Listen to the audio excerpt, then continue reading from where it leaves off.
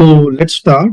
देखो, रिवीजन जो हम शुरू कर रहे हैं वो हमारा एक्ट द कंपनीज एक्ट 2013। इसमें हम पढ़ेंगे कि जो कंपनीज के रूल्स रेगुलेशन है वो क्या होते हैं। कंपनी को इनकॉर्पोरेट हमें करनी है तो किस वे से हम उसको इनकॉर्पोरेट कर सकते हैं। सबसे पहला आया कि what is the definition of the companies act. Definition क्या है कंपनीज एक्ट की। जो कंपनी है वो एक इनकॉर्पोरेटेड एसोसिएशन है जो कि आर्टिफिशियल पर्सन है, लॉ की प्रोसेस से क्रिएट होता है, एक सेपरेट लीगल एंटिटी बनती है और एक परपेचुअल सक्सेशन भी होता है और उसकी अपनी एक कॉमन सील भी होती है, उसको बोलते हैं company. Features of a company. Company के फीचर क्या है। कंपनी का सबसे पहला फीचर है separate legal entity. Separate legal entity का मतलब क्या है कि अगर एक बार कंपनी हमारी इनकॉर्पोरेट हो गई उसके बाद वो सेपरेट बन जाएगी, उसके मेंबर से वो अलग रहेगी, वो शो भी कर सकती है, शो हो भी सकती है, वो अपनी प्रॉपर्टी को होल्ड भी कर सकती हैं और राइट्स और पावर जो ह्यूमन बीइंग के पास होते हैं वो सारे उसके पास रहते हैं और वो कॉन्ट्रैक्ट भी कर सकती है किसी और के साथ, कोई और भी उसके साथ कॉन्ट्रैक्ट कर सकता है। ये सारे हमारे पावर्स आ जाएंगी कंपनी के पास अगर एक बार वो इनकॉर्पोरेट हो गई है तो। Then perpetual succession second feature है इसका। परपेचुअल सक्सेशन क्या होता है। मेंबर में कम मेंबर में go but the company goes on forever. की मेंबर चाहे मतलब आए या मेंबर चाहे जाए बट कंपनी अगर इनकॉर्पोरेट हो गई तो वो सेपरेट लीगल एंटिटी बन जाएगी और वो हमेशा चलती रहेगी, चाहे मेंबर आए चाहे मेंबर जाए क्यों ना। Limited liability. अब एक बार अगर कंपनी इनकॉर्पोरेट हो गई तो जो उसकी लायबिलिटी वो लिमिटेड रहेगी हमेशा। लिमिटेड कैसे। अगर वो बाय शेयर कैपिटल वाली है तो जितनी उसकी अनपेड कैपिटल वहां तक वो लिमिटेड रहेगी। अगर वो शेयर कैपिटल वाली नहीं है तो जहां तक उसने गारंटी दी हुई थी वहां तक उसकी लायबिलिटी रहेगी। ओके, जैसे liability of member limited to the extent of nominal value and कोई मेंबर भी कंपेल नहीं कर सकता ज्यादा पे करने के लिए। इसमें ये पर्सन है, अगर मान लो एक मेंबर के 10 रुपए का शेयर था तो उसने 8 रुपए पे कर दिए तो बचे हुए कितने हैं उसके 2 रुपए, तो कंपनी सिर्फ और सिर्फ उससे 2 रुपए मंगवा सकती है। 2 रुपए से ज्यादा उसे कंपेल नहीं कर सकती, फोर्स नहीं कर सकती कि आप मुझे 2 रुपए से ज्यादा पे कीजिए। After that in case the company limited by guarantee, मतलब गारंटी के केस में जितना उसने एग्री किया होता है कि वाइंडिंग अप के टाइम पे इतना कंट्रीब्यूट करेंगे उतने के लिए ही वो रिस्पॉन्सिबल होते हैं। और अगर वो कंपनी अनलिमिटेड कंपनी होती है तो लायबिलिटी ऑफ मेंबर अनलिमिटेड रहेगी हमेशा। फिर artificial legal person. Artificial legal person क्या, जैसे हमने ऊपर पढ़ा कि ह्यूमन बीइंग के सारे राइट्स होते हैं बट वो ह्यूमन बीइंग जैसी नहीं होती, उसका कोई नेचुरल बर्थ नहीं होता। मतलब ऐसे कोई भी ऑर्गेनाइजेशन जो बाय प्रोसेस ऑफ लॉ बनती है, नेचुरल बर्थ जिसका नहीं होता उसको बोलते हैं आर्टिफिशियल पर्सन। तो क्या डेफिनेशन बनी इसकी। And have a common seal. Common seal हो भी सकती है और नहीं भी हो सकती है क्योंकि मैंडेटरी नहीं है। बट अगर कंपनी के पास कॉमन सील नहीं है तो जो ऑथेंटिकेशन करेगा वो 2 डायरेक्टर करेंगे या फिर एक डायरेक्टर और एक सीएस मिलके करेगा। तो हमने भी क्या पढ़ा, हमने कंपनी के फीचर्स पढ़े। अभी कंपनी का पहला फीचर क्या है, separate legal entity. Second feature क्या है, परपेचुअल सक्सेशन। थर्ड फीचर हमारा क्या है, limited liability. And fourth feature हमारा है artificial legal person and then और फीचर इज कॉमन सील। उसके बाद हमारा आता है बहुत ही बेहतरीन topic, that is corporate wealth theory. Corporate wealth theory क्या कहती है कि अगर एक बार कंपनी कॉर्पोरेट हो गई तो वो अपने मेंबर से सेपरेट मानी जाती है। That members are shielded from the liability connected to the company's action. अगर कंपनी ने कोई भी एक्शन किया तो उससे जो मेंबर्स है ना वो शिल्डेड रहेंगे, प्रोटेक्टेड रहेंगे। मतलब कंपनी कुछ करने से जो मेंबर्स है वो रिस्पॉन्सिबल कभी भी नहीं होते हैं। अगर कंपनी ने कुछ काम किया है तो वो कंपनी का खुद का माना जाएगा, मेंबर्स उससे रिस्पॉन्सिबल नहीं होंगे। पर कुछ ऐसे केसेस हैं जहां पे कॉर्पोरेट वेल को लिफ्ट अप कर दिया जाएगा, रिमूव कर दिया जाएगा। First is to determine the true character of a company. अगर मुझे कंपनी का ट्रू कैरेक्टर जानना है कि कंपनी एनिमी है, फ्रेंड है या फो है, मतलब क्या चीज है कंपनी, वो उसके शेयर होल्डर से पता चलता है, उसके कंट्रोलिंग पर्सन से पता चलता है।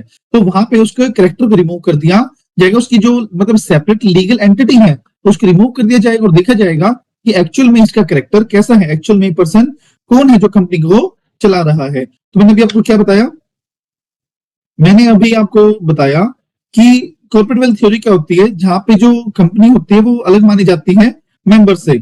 ओके, और कॉर्पोरेट वेल्थ थ्योरी कभी कभार लिफ्ट अप हो सकती है अगर मुझे कैरेक्टर जानना हो तो।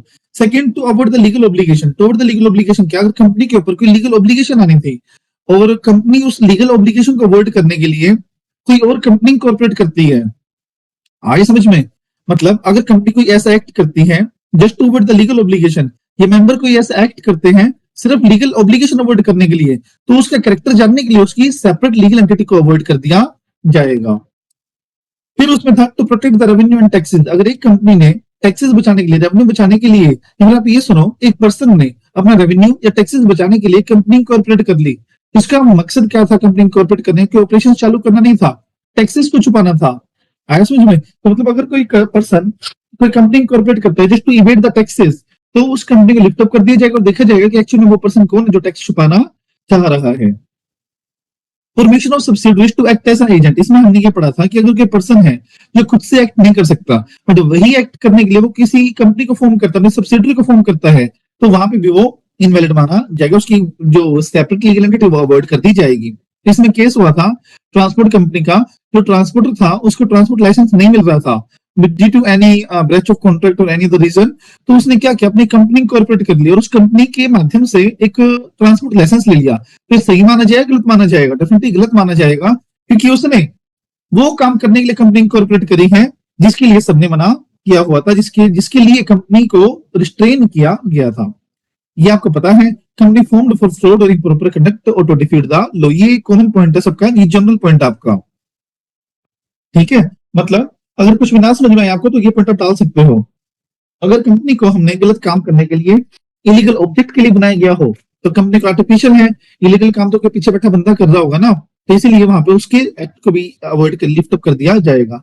तो लिफ्टिंग ऑफ कॉर्पोरेट वेल किस किस केसेस में लिफ्ट अप किया जाएगा? पहला, कैरेक्टर जानने के लिए, रेवेन्यू टैक्सेस को प्रोटेक्ट करने के लिए, लीगल ऑब्लिगेशन अवॉइड करने के लिए, सब्सिडरी फॉर्म कर ली to act as an agent या फिर इम्प्रॉपर फ्रॉड करने के लिए हमने कंपनी को बनाया है, तो वहां पे उसकी जो लीगल आइडेंटिटी है वो अवॉइड कर दी जाएगी। देन क्लासेस ऑफ कंपनी, कितने तरह की कंपनी होती है? फर्स्ट आता है हमारा on the basis of liability. यहां तक आप लोग को कुछ पूछना है? Aditya, Ishu, Kanishka, Payal, Saumya, any doubt till now? Give me some impression अगर कोई डाउट नहीं है तो। उसके बाद हमारा आता है that is classes of company. Classes of company में आता है on the basis of liability. Liability के पॉइंट ऑफ व्यू से तीन हमारी कंपनीज होती है, limited by shares, limited by guarantee and unlimited company. Limited by shares कौन सी होती है? जिसकी जो अनपेड जिसकी जो लायबिलिटी होती है वो अनपेड अमाउंट ऑफ वैल्यू तक होती है। सर मैंने क्या बोला आपको? लायबिलिटी के बेसिस पे लिमिटेड बाय शेयर्स कैसी होती है? अगर किसी पर्सन की जो लायबिलिटी है वो अनपेड वैल्यू तक रहे तो उसको हम बोलते हैं limited by shares. Limited by guarantee, जितना अमाउंट उसने अंडरटेक किया है, जितना अमाउंट उसने अंडरटेक किया कंट्रीब्यूट करने के लिए, वो तुम्हारा लिमिटेड बाय गारंटी की वाइंडिंग के टाइम पे वो इतना अमाउंट कंट्रीब्यूट करेगा। पर अनलिमिटेड कंपनी जिसकी कोई भी लिमिट नहीं होती, जितना भी कंपनी का लॉस होगा सारा उसको बियर करना पड़ेगा। उसके बाद हमारा पॉइंट आता है that is on the basis of members. Members के बेसिस पे कितने तरह की कंपनी होती है? और first is OPC, that is one person company. One person company में सिर्फ एक ही पर्सन मेंबर होता है हमारा। ओके, और OPC has been introduced to encourage entrepreneurship and corporate business. It significantly differs from the sole proprietors. They have unlimited liability. However, OPC have a limited liability. इसमें क्या बोला गया? एंटरप्रेन्योरशिप एनकरेज करने के लिए, बिजनेस को encourage करने के लिए एक नया मोड ऑफ डूइंग बिजनेस निकाला, दैट इज OPC। कि अगर किसी को बिजनेस करना है तो वो वन पर्सन कंपनी इनकॉर्पोरेट करके भी कर सकते हैं, जिसमें मेंबर्स की लायबिलिटी लिमिटेड रहती है। और जब MOA बनेगा, OPC कंपनी की मेमोरेंडम बनेगा, तो उसके अंदर एक और नाम डाला जाएगा जो नॉमिनी के तौर पे एक्ट करेगा। अगर मान लो मेंबर की डेथ होगी, मेंबरिंग कैपेसिटी हो गया या फिर कोई और रीजन हुआ, तो वहां पे वो पर्सन एक्ट करेगा, उस पर्सन को बोलते हैं नॉमिनी। तो यहाँ पे उस नॉमिनी का नाम भी डाला जाएगा। Other person whose name is given in memorandum shall give prior consent and same shall be filed with the ROC। जो दूसरा पर्सन है जिसका नाम मेमोरेंडम में डाला है उसकी हमें प्रायर कंसेंट लेनी है और वो हमें ROC को भी फाइल करनी है। मतलब यहाँ पे नॉमिनी की बात हो रही है, यहाँ पे हमारी नॉमिनी की बात हो रही है। जो हमारा नॉमिनी है उससे पहले हमें कंसेंट लेनी है और कंसेंट ROC को भी फाइल करनी पड़ेगी। Okay, such person shall also have right to withdraw the nomination by giving notice. अब लेट्स से अब कनिष्का ने OPC ओपन करी है, उसने पायल को नॉमिनी बना लिया। अब पहले पायल से वो कंसेंट लेटर लेगी तभी जाके वो नॉमिनी बन सकती है। और दूसरा, पायल के पास हमेशा राइट है कि अगर कभी कभार उसको नॉमिनेशन छोड़ना हो, मतलब कभी भी अगर उसको नॉमिनेशन ड्रॉप करना हो तो बेफिक्र होकर वो कर सकते, कोई भी उसको बिल्कुल भी नहीं रोक सकता। ओके, तो ये हमारा पॉइंट था। उसके बाद हमारा पॉइंट है requirement to become member of a nominee और मेंबर ऑफ OPC। मतलब अगर किसी भी पर्सन को या तो मेंबर बनना है या फिर नॉमिनी बनना है तो क्या रिक्वायरमेंट पूरी करनी पड़ेगी? ये चीज आप बिल्कुल ध्यान में रखना। फर्स्ट इज नेचुरल पर्सन होना चाहिए, वो आर्टिफिशियल पर्सन कभी भी OPC का मेंबर या नॉमिनी नहीं बन सकता है। मेजर होना चाहिए, इंडियन सिटीजन होना चाहिए, रेजिडेंट हो या रेजिडेंट ना हो, पर पिछले साल 120 दिन से ज्यादा उसका इंडिया में स्टे होना चाहिए। ये चीज आपको ध्यान में रखनी पड़ेगी। ओके, और एक चीज मुझे आपको ये बतानी, जैसे मान लो एक पर्सन के पास ना दो पोजीशन होल्ड करने का राइट होता है कि वो एक जगह मेंबर बन सकता है ओपीसी में, और किसी दूसरी ओपीसी में वो नॉमिनी बन सकता है बट मेंबर नहीं बन सकता। आया समझ में? अब एक चीज बताओ, जैसे यहाँ पे ये कौन है, ईशू एलेट से, अब ईशू एक कंपनी मेंबर बन गई है, राइट? तो क्या वो किसी दूसरी कंपनी में ही मेंबर बन सकती है? यस और नो जल्दी बताओ, अनम्यूट करके अपने आप को। अरे गाइस, अब ईशू एक कंपनी मेंबर बन गई, क्या दूसरी कंपनी में वो मेंबर बन सकते हैं, नहीं बन सकती है? Kanishka tell me. और सर नहीं बन सकते, डेफिनेटली वो नहीं वो बन सिर्फ नॉमिनी बन सकते दूसरी कंपनी के। एग्जैक्टली, वो दूसरी कंपनी में सिर्फ वो नॉमिनी बन सकती है, मेंबर बिल्कुल भी वो नहीं बन सकती है। और इसी के वाइस वर्सा अगर हम एग्जांपल ले ले, अगर यहाँ पे इशू ओपीसी 1 में नॉमिनी बन गई है, तो क्या ओपीसी 2 में वो मेंबर बन सकती है? बताओ जल्दी से, कौन बताएगा? सोम्या, ओपीसी 1 में वो नॉमिनी है, ओपीसी 2 में मेंबर बन सकती है क्या वो?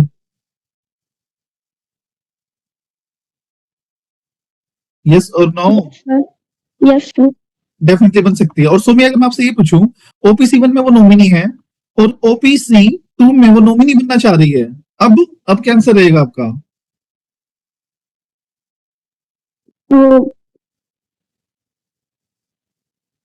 ओपीसी 1 में वो नॉमिनी है, ओपीसी 2 में भी वो नॉमिनी ही बनना चाह रही है, तो क्या बन सकती है क्या? Yes sir. नहीं बन सकती, क्योंकि एक पोस्ट उसने होल्ड कर ली नॉमिनेशन की, दूसरे में वो नॉमिनी नहीं बन सकती, बट क्या बन सकती है? मेंबर। मेंबर बन सकती है। समझे आप? हाँ जी। उसके बाद 9% shall be eligible to incorporate more than one official become, ये हमने पढ़ लिया। अभी प्रोहिबिशन ऑन ओपीसी नहीं कर सकती, आपको ये याद करनी है चीजें कि कुछ ना प्रोहिबिशन दी गई है कंपनी के उसके ओपीसी के ऊपर कि ये काम ओपीसी बिल्कुल भी नहीं कर सकती। सबसे पहला, ओपीसी कभी भी सेक्शन 8 कंपनी नहीं बन सकती, नहीं कन्वर्ट हो सकती, और दो it be converted into private company और पब्लिक कंपनी, बट वो कन्वर्ट हो सकती है, सेक्शन 8 नहीं बन सकती बट वो कन्वर्ट हो सकती है अपने आप को। एनबीएफसी एक्टिविटी कैरी आउट नहीं कर सकती और किसी और बड़ी कॉर्पोरेट में वो इन्वेस्टमेंट नहीं कर सकती, बस ये बात है। प्राइवेट कंपनी क्या होती है? प्राइवेट कंपनी वो जिसकी minimum paid up share capital वो हो जो प्रिस्क्राइब कर रखी है कंपनीज एक्ट में, ट्रांसफर को रिस्ट्रिक्ट करते हैं, मिनिमम नंबर ऑफ मेंबर 2 होते हैं, मैक्सिमम हमारे 200 होते हैं, और except OPC minimum number of director is 3। अब जब हम इन 200 की लिमिट देखेंगे ना, ये बहुत इंपॉर्टेंट पॉइंट है, मार्केट मोस्ट इंपॉर्टेंट। जब हम 200 की लिमिट देखेंगे तो क्या करेंगे हम, मतलब क्या क्या चीज एक्सक्लूड करेंगे? अगर 2 या 2 से ज्यादा पर्सन ने एक शेयर होल्ड कर रखा है तो उनको हम एक मानेंगे, ज्यादा नहीं मानेंगे। मतलब when there is a joint holder तो उसको एक ट्रीट करेंगे, मल्टीप्लिकेशन में उसको ट्रीट नहीं करेंगे। एंड सेकंड, अगर वो एम्प्लॉयमेंट में है तो उसको भी हम एक्सक्लूड करेंगे। और फिर पहले वो, ये ध्यान देना, ये इक्वेशन आपको याद करनी है एज इट इज। पहले वो इंप्लॉय था, फिर वो क्या बना? मेंबर। ठीक है, तो उस टाइम पे वो इंप्लॉय भी है प्लस मेंबर भी है, तो वो भी एक्सक्लूड किया जाएगा। समझिए? और दूसरी चीज, पहले वो इंप्लॉय था, ई प्लस एम है, बट उसने मेंबरशिप छोड़ दी, मेंबरशिप उसने नहीं, सॉरी, इंप्लॉयमेंट छोड़ दी उसने, इंप्लॉयमेंट छोड़ दी, राइट? अब वो सिर्फ क्या है? मेंबर है, तो उसको क्या माना जाएगा? एक्स इंप्लॉय, और वो भी एक्सक्लूड किया जाएगा। कंफर्म करो फटाफट, ये इक्वेशन दोबारा समझनी है क्या? ये आ गई समझ में? Ishu, Kanishka, Payal, Saumya?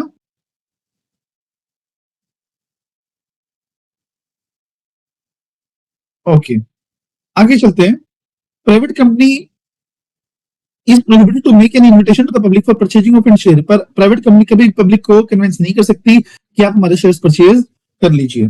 Small company, most important topic है, ये भी ट्रेंडिंग टॉपिक आज के टाइम का। ये स्मॉल कंपनी, ऐसी कंपनी जिसके paid up share capital 4 crore तक हो, एंड यहाँ पे और नहीं है, और का और एंड का बहुत बड़ा रेलिवेंस होता है, यहाँ पे एंड है, ध्यान रखना इस चीज का।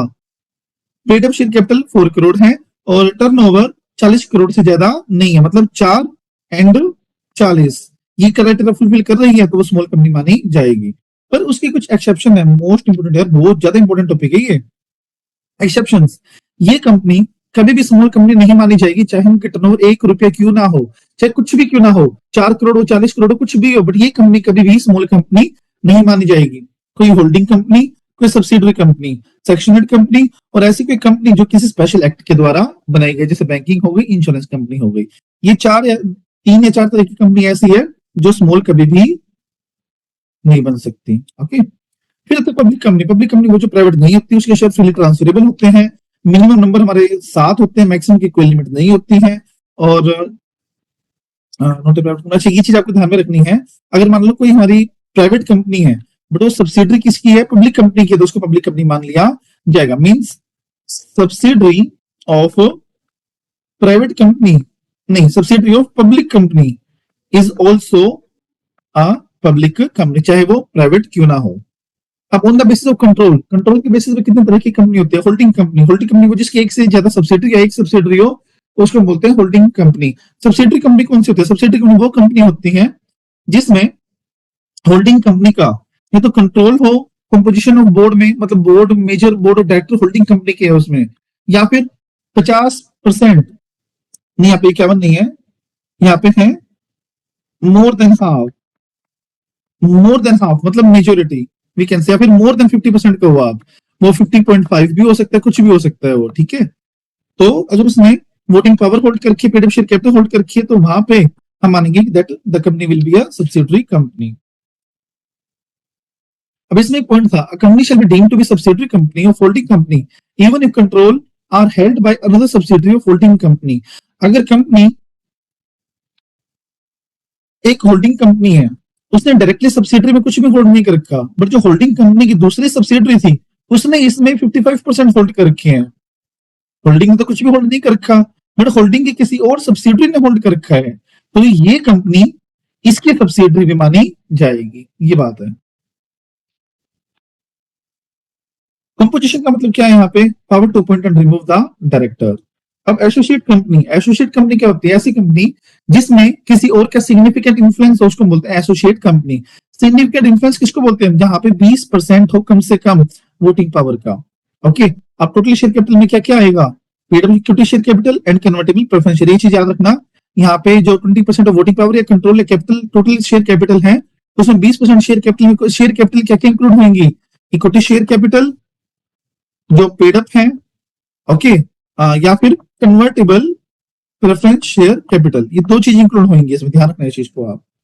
Type of company on the basis of access to capital, कितने तरह की कंपनी है कैपिटल के पॉइंट ऑफ व्यू से।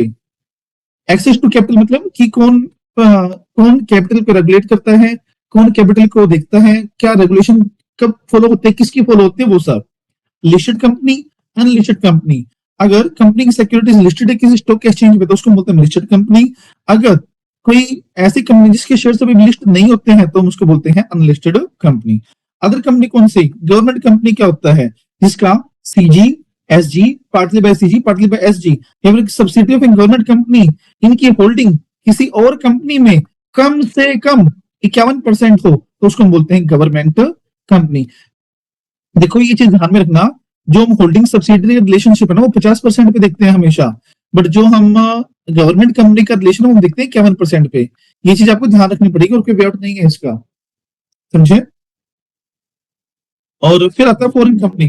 फॉरेन कंपनी सिंपल सी बात है, ऐसी कोई कंपनी जो बाहर इनकॉर्पोरेट हुई हो बट इसका प्लेस ऑफ बिजनेस इंडिया में हो और इंडिया में वो किसी तरह की बिजनेस एक्टिविटी कैरी आउट कर रही हो, उसको बोलते हैं फॉरेन कंपनी। ओके, फिर हमारा सेक्शन 8 कंपनी। सेक्शन 8 कंपनी कौन सी होती है, जिसको ऑब्जेक्टिव आर्ट, कॉमर्स, साइंस को प्रमोट करना हो, वेलफेयर को प्रमोट करना हो, उसको बोलते हैं सेक्शन 8 कंपनी। ओके, और जो गवर्नमेंट है उसके पास पावर है लाइसेंस देने की कि वो किसी भी पर्सन को या ग्रुप ऑफ पर्सन को लाइसेंस दे सकते हैं to incorporate a section 8 company में। आपने एक पॉइंट आता है, क्या सिंगल एक पर्सन, क्या सिंगल एक पर्सन सेक्शन 8 कंपनी इनकॉर्पोरेट कर सकता है, यस कर सकता है, ध्यान रखना है चीज। ओके, और सेक्शन 8 कंपनी इनकॉर्पोरेट हो गई तो प्राइवेट लिमिटेड लिमिटेड उसको लगाने की जरूरत नहीं होती है। रिवोकेशन ऑफ लाइसेंस, ये आ सकता है क्वेश्चन, मार्केट इंपोर्टेंट। ये क्वेश्चन क्या आएगा, बिल्कुल डायरेक्ट आएगा। केसेस क्या है कि लाइसेंस का रिवोक हो सकता है, जो सेंट्रल गवर्नमेंट है वो ऑर्डर पास करके लाइसेंस रिवोक कर सकता है अगर कंपनी के अफेयर फ्रॉडलेंटली चल रहे हैं, सेकंड कंपनी किसी भी ऑब्जेक्ट को वोलेट कर रही है, या फिर आप कह सकते हैं कोई और ऑब्जेक्ट था उसका, वो ऑब्जेक्ट पूरा नहीं कर रही है, फिर जो सेक्शन 8 की टर्म्स एंड कंडीशंस है वो पूरा नहीं कर रही है वो। और रिवोकेशन के बाद आरओसी प्राइवेट लिमिटेड भी लगा सकते हैं उसके आगे, या फिर लिमिटेड वर्ड भी यूज कर सकती है। फर्दर और क्या कर सकते हैं, वो किसी और कंपनी के साथ अमेलगमेंट भी कर सकते हैं, या फिर ये आपके ध्यान में रखना कि अमेलगमेंट भी कौन सी कंपनी के साथ करना है, जिसके सिंगल ऑब्जेक्टिव हो, समझे, या उसको वाइंड अप करने का ऑर्डर भी पास वो कर सकती है, समझे। फिर पेनल्टी, कंपनी को पेनल्टी कितनी लगेगी सेक्शन 8 में डिफॉल्ट करने से, minimum 10 lakh, maximum 1 CR, officer के ऊपर 25,000 से लेके 25 लाख रुपए तक, और अगर बिल्कुल किया है तो 447 में वो लाइबल मानी जाएगी। ये चीज आपको भी याद रखनी है। Relaxation available to section 8 company के, सेक्शन 8 कंपनी के ऊपर कौन कौन से रिलैक्सेशन अवेलेबल है। फर्स्ट, अगर उनको मीटिंग कॉल करनी है तो नॉर्मल जो कंपनीज होती हैं उनको 21 दिन का नोटिस देना पड़ता है, बट अगर वो सेक्शन 8 कंपनी को सिर्फ 14 दिन का नोटिस देना पड़ेगा। मिनिमम नंबर ऑफ डायरेक्टर्स की एप्लीकेबिलिटी नहीं होती है, और सेक्शन 8 कंपनी को नॉमिनेशन रेमुनरेशन कमेटी और stake holder grievance committee maintain करने की नीड नहीं होती है, और एक पार्टनरशिप फर्म भी सेक्शन 8 कंपनी का हिस्सा बन सकती है। अब डोरमेंट कंपनी, डोरमेंट कंपनी कौन सी होती है, इनएक्टिव कंपनी। अगर पिछले 2 फाइनेंशियल ईयर में उसने कोई भी फाइनेंशियल ट्रांजेक्शन, अकाउंटिंग ट्रांजेक्शन नहीं करी हो, तो वो आरओसी को अप्लाई करके अपने आप को डोरमेंट कंपनी डिक्लेयर करवा सकती है, बस। ओके, बट आरओसी से पूछना जरूरी है। और सिग्निफिकेंट में क्या चीज नहीं आती, जैसे उसने बोला है ना कि लास्ट 2 ईयर में, सिग्निफिकेंट अकाउंटिंग ट्रांजेक्शन नहीं होनी चाहिए, तो सिग्निफिकेंट अकाउंटिंग ट्रांजेक्शन इनको नहीं माना जाता। जैसे मान लो हमने आरओसी पे फीस पे करी है, इस एक्ट को पूरा करने की कोई रिक्वायरमेंट के लिए पेमेंट करी है हमने, शेयर्स लोड किए हैं, या फिर रेंट पे किया है, तो वो हमारे सिग्निफिकेंट अकाउंटिंग ट्रांजेक्शन में नहीं आती है चीजें, राइट। प्रमोटर हम किसको बोलते हैं, जिसका नाम प्रोस्पेक्टस में हो, जिसका कंपनी के अफेयर्स के ऊपर कंट्रोल हो, या जिसकी एडवाइस पे बोर्ड ऑफ डायरेक्टर काम करे, उसको बोलते हैं प्रमोटर। ओके, ये आप पढ़ लेना कि कौन से कितने मेंबर हो सकते हैं। फिर incorporation of a company, procedure क्या होता है इनकॉर्पोरेट करने का। सबसे पहला डॉक्यूमेंट हमें फाइल करने पड़ते हैं आरओसी को। ये रीडिंग का कंसेप्ट है, बट रीडिंग भी इस तरह से करना कि अगर आ जाए तो आप लिख पाओ, ठीक है, छोड़ना तो बिल्कुल भी नहीं, कुछ भी एक्सपेक्ट छोड़ के नहीं जाना है। Filing of document, information with ROC, कौन कौन से डॉक्यूमेंट मुझे फाइल करने हैं आरओसी को। पहला हमारा है एमओए एंड एओए। सेकंड हमारे डिक्लेरेशन, डिक्लेरेशन कौन देगा, प्रोफेशनल और डायरेक्टर देंगे डिक्लेरेशन, सेकंड सब्सक्राइबर देगा। प्रोफेशनल डायरेक्टर क्या, प्रोफेशनल डायरेक्टर्स क्या डिक्लेरेशन देंगे कि इस एक्ट की सारी रिक्वायरमेंट हमने अप्लाई कर ली है, और सेम जो हमारे डायरेक्टर्स हैं वो भी डिक्लेरेशन देंगे कि हम लोग कन्विक्टेड नहीं है, हम लोग गिल्टी नहीं है, और जो भी डॉक्यूमेंट हमने आपको सबमिट किए हैं वो ट्रू एंड करेक्ट है। एक टेम्पररी एड्रेस देना पड़ेगा, हर एक सब्सक्राइबर का नाम भी देना पड़ेगा, और सेटिस्फाइड होने के बाद जो आरओसी है वो उनको रजिस्टर्ड कर देगी as an company, private company और पब्लिक कंपनी, और उनको एक सर्टिफिकेट ऑफ इनकॉर्पोरेशन प्रोवाइड कर देगी, और certificate of incorporation mixing number वो डाल के देगी, जिसको हम बोलते हैं कॉर्पोरेट आइडेंटिफिकेशन नंबर। ओके, और कंपनी को जितने भी डॉक्यूमेंट्स हैं वो अपनी आरओ में मेंटेन करके रखने हैं टिल इट्स डिसोल्यूशन, जब तक वो डिसॉल्व नहीं हो सकती तब तक मेंटेन करके रखने पड़ेंगे। ये भी अच्छा पॉइंट है वैसे। पोटेंशियल ऑफ फॉल्स और इनकरेक्ट इंफॉर्मेशन, अगर कंपनी इनकॉर्पोरेट हुई हो, गलत इंफॉर्मेशन देके at the time of incorporation, post incorporation, तो मतलब जब वो इनकॉर्पोरेट हो रही थी ना, उस टाइम पे, जब वो इनकॉर्पोरेशन हो रही थी उस टाइम पे गलत इंफॉर्मेशन दे दी, या इनकॉर्पोरेट होने के बाद गलत इंफॉर्मेशन दी, तो जो भी पर्सन है वो 447 में रिस्पॉन्सिबल होगा, और वहां पे 447 में तो होगा ही होगा। ट्राइब्यूनल और क्या ऑर्डर पास कर सकती है, मैनेजमेंट को रेगुलेट करने का कर सकते हैं कि हटा दिया मैनेजमेंट को या नई मैनेजमेंट ला दी, और सब, और जो मेंबर्स की लायबिलिटी थी वो अनलिमिटेड कर सकती है, और कोई और ऑर्डर पास कर सकते हैं, बाउंड अप भी कर सकते हैं, बट जो भी करना है सबसे पहले उनको बोलने का मौका दिया जाएगा, उसके बाद ही कोई भी ऑर्डर पास किया जाएगा। और इनकॉर्पोरेशन का फॉर्म कौन सा, स्पाइस प्लस। यहां तक कोई डाउट, इशू कनिष्का पायल सोमिया हो तो मुझे बताओ जल्दी से, हरिया।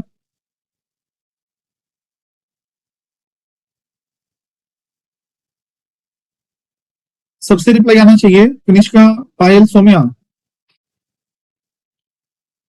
Everyone should actively participate. फिर हमारा जो पॉइंट है वो आता है effect of registration. Effect of registration क्या होता है, अगर एक बार हमारी कंपनी इनकॉर्पोरेट हो गई तो उसके पास पावर आ जाएगी एसेट को सोल्ड करने की, होल्ड करने की, कॉन्ट्रैक्ट करने की, शो करने की, शो होने की, ये सारी पावर्स उसके पास आ जाएंगी। Then effect of memorandum in articles, मतलब इसमें ये है, आप पढ़ लेना, सिर्फ याद बात नहीं करना। ये अगर एक बार हमारा जो मेमोरेंडम है वो रजिस्टर्ड हो गया तो पब्लिक डॉक्यूमेंट बन जाएगा, और कोई भी पर्सन जो कंपनी के साथ अबाइड हो रहा है ये मान लिया जाएगा कि उसको उनकी नॉलेज है। क्लासिफिकेशन ऑफ कैपिटल, 5 तरह की कैपिटल होती है, बोलो जल्दी, पहली कैपिटल कौन सी, हरी अप, अनम्यूट योरसेल्फ। 5 तरह की कैपिटल कौन सी, कनिष्का जी बताइए। Authorized capital, issued Well- capital, subscribed capital, called up capital, paid up capital. Okay, देखो पहला हमारा है ऑथराइज कैपिटल, सेकंड हमारा है इशूड कैपिटल, थर्ड हमारा है सब्सक्राइब्ड कैपिटल, फोर्थ हमारा है कॉल्ड अप कैपिटल, फाइव हमारा है पेड अप कैपिटल। ये आप लोग खुद पढ़ सकते हो।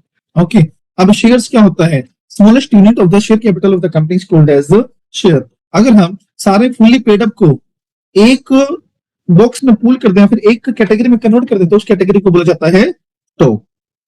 टाइप ऑफ शेयर कैपिटल, दो टाइप की शेयर कैपिटल होती है हमारी, equity share capital, preference share capital. Equity भी दो तरह की होती है, uniform right and differential right. अब यूनिफॉर्म राइट कौन से होते हैं? इसमें वन शेयर वन वोट का राइट होता है। डिफरेंशियल राइट मतलब जो होल्डर्स है ना, उनके पास कुछ स्पेशल राइट होता है। किसी भी चीज का स्पेशल राइट हो सकता है, वो तो डिविडेंड लेने का हो सकता है कि दूसरों की बजाय ज्यादा मिलेगा उसको, या वोटिंग का भी हो सकता है कि दूसरों की बजाय थोड़ा सा ज्यादा वोटिंग राइट उसको मिलेगा। Then preference share capital, preference share capital क्या होता है? जहां पे डिविडेंड पे करने में या फिर कैपिटल को रीपे करने में उसके प्रेफरेंशियल राइट हो, उसको बोलते हैं preference share capital. MOA, MOA क्या होता है? चार्टर्ड डॉक्यूमेंट होता है, इसमें कंपनी इनकॉर्पोरेट नहीं हो सकती है। इसके ऑब्जेक्ट क्या होते हैं? ऑब्जेक्ट ऑफ रजिस्टरिंग, मतलब हम क्यों रजिस्टर करवाते हैं इसको? बिकॉज इसके अंदर कुछ ऑब्जेक्ट्स पर्पजेस होते हैं जिसके वजह से या फिर जिसके लिए कंपनी इनकॉर्पोरेट हमारी हुई है। ये शेयर होल्डर को और क्रेडिटर को एनेबल करता है ताकि वो पता लगा पाए कि पावर्स क्या है और किन एक्टिविटीज में इंडल्ज हो सकती हैं। और शेयर होल्डर्स पर्पज भी पता लगाएंगे कि उनका पैसा कहाँ पे इन्वेस्ट किया जाएगा। मतलब एमओए पढ़ के पता लगा सकते हैं कि कंपनी के ऑब्जेक्टिव क्या है और जो हम पैसा दे रहे हैं वो पैसा कहाँ यूज किया जाएगा।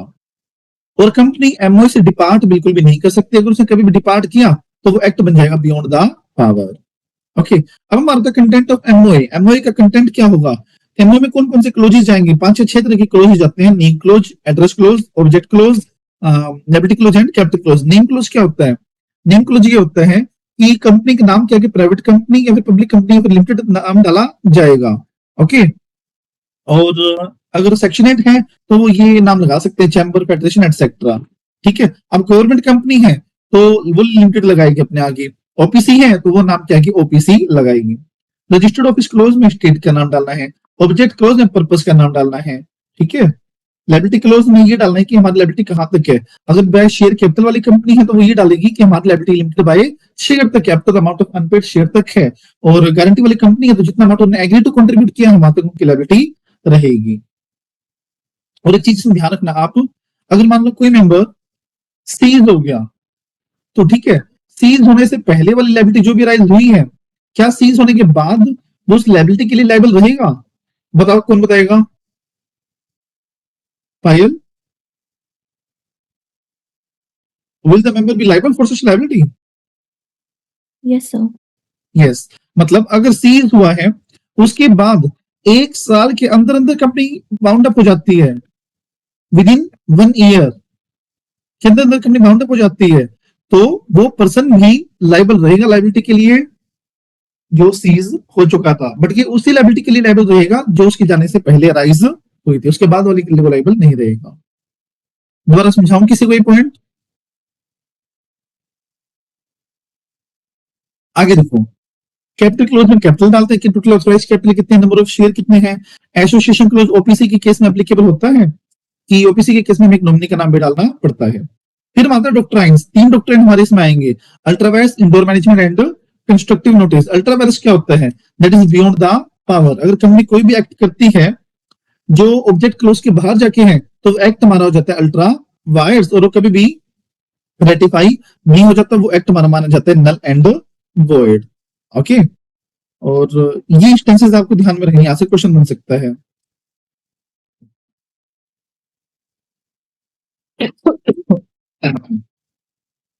इंस्टेंसेस क्या है? अगर एक बार एक्ट अल्ट्रा वायरस हो गया तो मेमोरेंडम कभी भी रेटिफाई नहीं हो सकता। बट अल्ट्रा वायरस 2 डायरेक्टर है, ठीक है, मतलब बात ये है एमओए के बाहर जाके काम किया तो कोई भी उसको रेक्टिफाई नहीं कर सकता। बट एमओए के अंदर रह के काम किया है, डायरेक्टर ने अपने पावर के बाहर जाके काम किया तो रेक्टिफाई हो सकता है, और एओए के बाहर जाके काम किया है तो वो भी रेक्टिफाई हो सकता है। ये चीज ध्यान में रखना है। Indoor management and constructive notice. Constructive notice पहले हम पढ़ते हैं। कंस्ट्रक्टिव का मीनिंग क्या होता है? That is deemed knowledge. मतलब जो भी पर्सन कंपनी के साथ कोई भी किसी भी तरह की डीलिंग कर रहा है तो प्रिज्यूम किया जाएगा कि उसको कंपनी के सारे अफेयर्स की नॉलेज होगी। ये होता है कंस्ट्रक्टिव नोटिस। और इंडोर मैनेजमेंट आता है कि how the outsider know the internal affairs of the company के आउटसाइडर को इंटरनल अफेयर के बारे में किस तरह से पता होगा, वो होता है doctrine of indoor management. Indoor में प्रोटेक्ट करते हैं आउटसाइडर को, ये ध्यान में रखना, और कंस्ट्रक्टिव में जो प्रोटेक्ट करते हैं वो करते हैं इनसाइडर को। एक्सेप्शन ऑफ इंडोर मैनेजमेंट, मतलब इन तीन केसेस में ये कभी भी नहीं माना जाएगा कि बाहर वाले को नॉलेज नहीं थी, बाहर वाले को प्रोटेक्ट नहीं किया जाएगा। पहला नॉलेज ऑफ इरेगुलरिटी, उसको पता था कि ये चीज गलत है, बट फिर भी वो चीज के बारे में डील कर रहा है, उस चीज को लेकर डील कर रहा है, तो वो हमारा इरेगुलर माना जाएगा और इंडोर अप्लाई नहीं होगा, मतलब बाहर वाला ही लाइबल होगा। सस्पिशन ऑफ इरेगुलरिटी, मतलब कुछ गलत होने की संभावना थी बट उसने प्रूव करना भी नहीं चाहा, तो हमें वही पर्सन लाइबल माना जाएगा। फोर्जरी, फोर्जरी के केस में क्या होता है, फोर्जरी के केस में जिसने फ्रॉड किया हो वही बंदा रिस्पॉन्सिबल माना जाता है। फिर मतलब article of association, article association जहां पे इंटरनल रूल्स एंड रेगुलेशंस लगे होते हैं उसको बोलते हैं आर्टिकल ऑफ एसोसिएशन। कंटेंट क्या होता है एओए का, रेगुलेशन फॉर मैनेजमेंट, ठीक है, सच अदर मैटर्स, और एंट्रेंचमेंट, ये सबसे इंपॉर्टेंट है। एंट्रेंचमेंट क्या होता है, to make something more difficult, मतलब अगर कोई आसान सी प्रोसेस कंपनीज एक्ट में दी गई है, अगर मुझे उस प्रोसेस को और ज्यादा मुश्किल बनाना है तो मैं एंट्रेंचमेंट अप्लाई करके बना सकता हूं। एंट्रेंचमेंट फॉर्मेशन पे भी अप्लाई हो सकता है, आफ्टर फॉर्मेशन भी अप्लाई हो सकता है। फॉर्मेशन पे अप्लाई कैसे होगा, एओए में डाल के, और आफ्टर फॉर्मेशन प्राइवेट कंपनी है तो सभी मेंबर की कंसेंट लेके, और अगर पब्लिक कंपनी है तो एसआर पास करके हम कर सकते हैं। ध्यान में रखना, आफ्टर फॉर्मेशन अगर मुझे किसी चीज को मुश्किल बनाना है तो मुझे मेंबर की कंसेंट लेनी पड़ेगी। कितने मेंबर की, तो डिपेंड करता है कंपनी कौन से, प्राइवेट है तो ऑल, और अगर पब्लिक है तो एसआर, मतलब एसआर होता है 75%। और फिर आरओसी को भी हमें बताना पड़ेगा कि हमने ये चीज मुश्किल बनाई है। की डिफरेंसेस, दोनों में डिफरेंस क्या है, ऑब्जेक्टिव, एमओए ऑब्जेक्ट बताता है, एओए रूल्स बताता है। Relationship, MOA company to outsider, और एओए इनसाइडर के हुई होता है। अल्टरेशन, एमओए में ट्राइब्यूनल की हायर अथॉरिटी की परमिशन चाहिए होती है बट आर्टिकल इजीली अल्टर हो सकते हैं। अल्ट्रा वायरस, अगर एमओए का जो एक्ट अल्ट्रा वायरस हुआ है, एमओए का जो एक्ट है वो अगर अल्ट्रा वायरस हुआ है तो नल एंड वॉइड माना जाएगा, बट एओए का अल्ट्रा वायरस हुआ तो रेक्टिफाई हो सकता है। निधि कंपनी, फिर आता है, ये कंप्लीट हो गया हमारा। निधि कंपनी क्या होता है, ये म्यूचुअल बेनिफिट सोसाइटी होता है, सेंट्रल गवर्नमेंट की नोटिफिकेशन से बनाई जाती है, और किसी मेंबर को या किसी ग्रुप ऑफ पर्सन को सेव करने के लिए बनाई जाती है। पीएफआई का पब्लिक फाइनेंशियल इंस्टीट्यूशंस, ये आ सकता है आपके बाद, ध्यान रखना, ऐसी कोई कंपनी जो सेंट्रल और स्टेट एक्ट के अनुसार बनी हो अदर देन कंपनीज एक्ट, और जिसमें कम से कम 51% सीजीएसजी ने होल्ड कर रखा हो। Example LIC, infrastructure development finance company etcetera. तो ये हमारा कंपनीज एक्ट, इसमें कुछ पूछना था मुझे पूछ लो, टॉपिक दोबारा रिवाइज करवाना तो बता दो मेरे को। Anyone from all of you, doubt, जल्दी बोलो। पायल का मैसेज आ गया, इशू और सौम्या, इशू,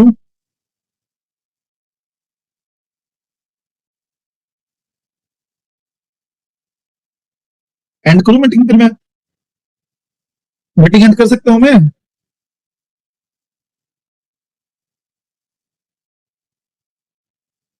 चलिए मीटिंग मीटिंग एंड कर रहा हूं मैं, कोई डाउट हो तो आप मुझसे पूछ सकते हैं। और एमटीपी से पहले शायद एक क्वेश्चन का सेशन रखें हम, जितना हमारा फुल सिलेबस है कि क्वेश्चन प्रैक्टिस करवाने का, वो नोटिफाई मैं आपको कर दूंगा। चलिए bye bye, see you soon, have a nice day.